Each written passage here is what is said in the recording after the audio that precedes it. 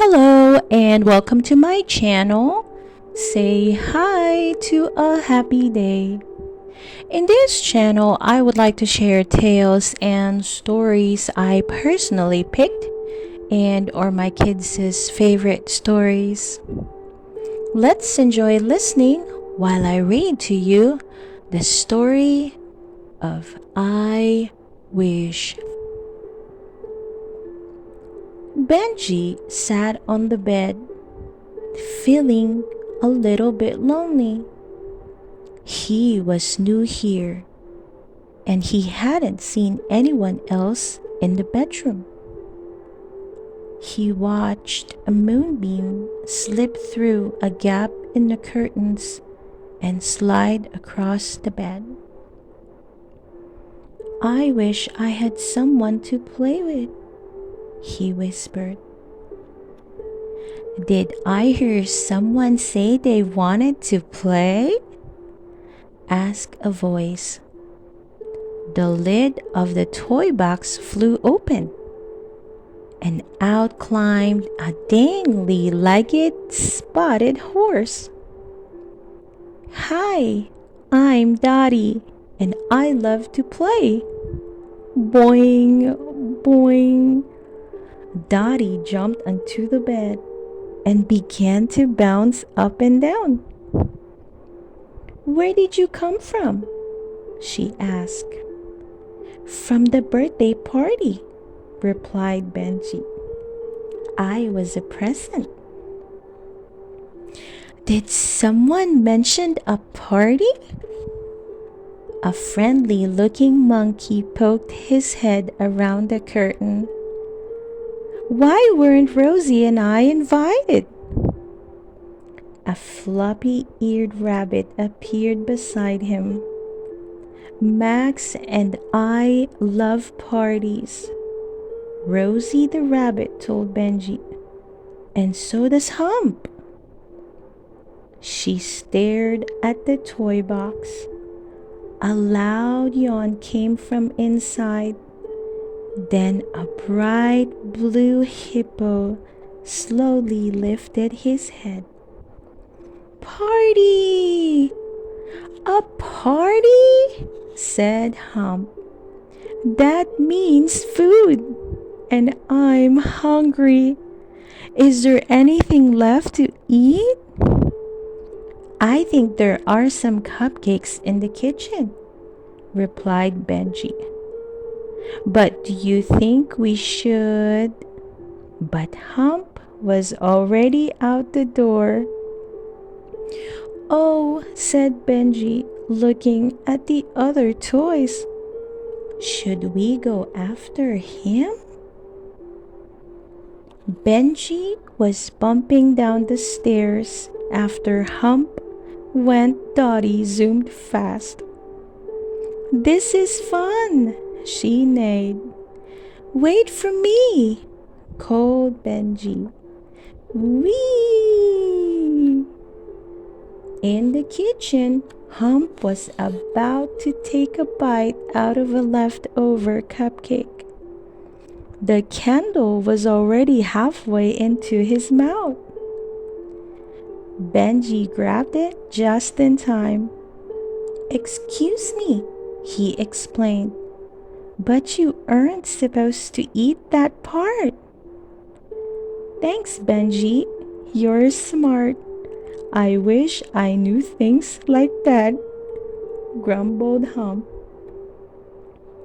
Before Benji could explain about the candle, he heard Dottie and Rosie yelled loudly. They were staring at a large black shape outside the kitchen window. They grabbed Benji and held on tight. "It's just a cat," Benji said. "No need to worry." "Phew," sighed Rosie with relief. "I wish I could be as brave as you, Benji," laughed Daddy. "That cat will stay outside, won't it?" whispered Max. They all looked to Benji for reassurance. Max had crept across the room and hidden under the table. Humph's knees were shaking. There was a squeaking noise and then a loud clutter. "Don't worry, that's just a cat coming into the kitchen," Benji explained. But Humph and Dottie, Max and Rosie had all raced out through the kitchen door and disappeared up the stairs as fast as their legs could carry them. Benji found them all back in the bedroom. It took some time to persuade them to come out. "Benji, will you always be here to look after us?" Dottie asked him. Benji gave a tiny little smile. It was nice to feel wanted. "Of course," he replied. Humph was tired from their adventure. "How am I going to sleep when I'm so hungry?" he sniffed, settling back down on the bed. Dottie and Rosie giggled. They danced around on the bed. Max joined in. "Why don't we all play in the yard tomorrow?" Rosie suggested. "What's your yard like?" asked Benji. "I'll show you," said Dottie, and she helped Benji up so he could look out the window. "Wow," he said. "It looks really exciting. Are you going to play in the yard, Humph?" "Humph," said Humph sleepily. "It's such a long way to the yard. I might just take a little nap instead."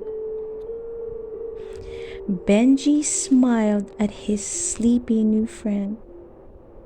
Dottie jumped back onto the bed and started to bounce. Benji looked up at the moon. He had a feeling that he wouldn't be lonely anymore.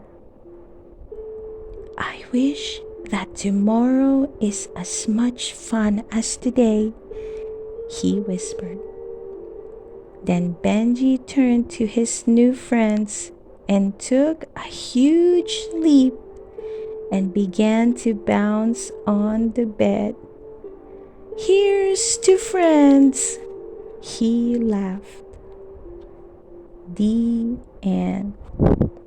I hope you enjoyed listening to the story of I Wish. Please don't forget to hit that like button and subscribe to listen for more of our favorite stories. See you soon!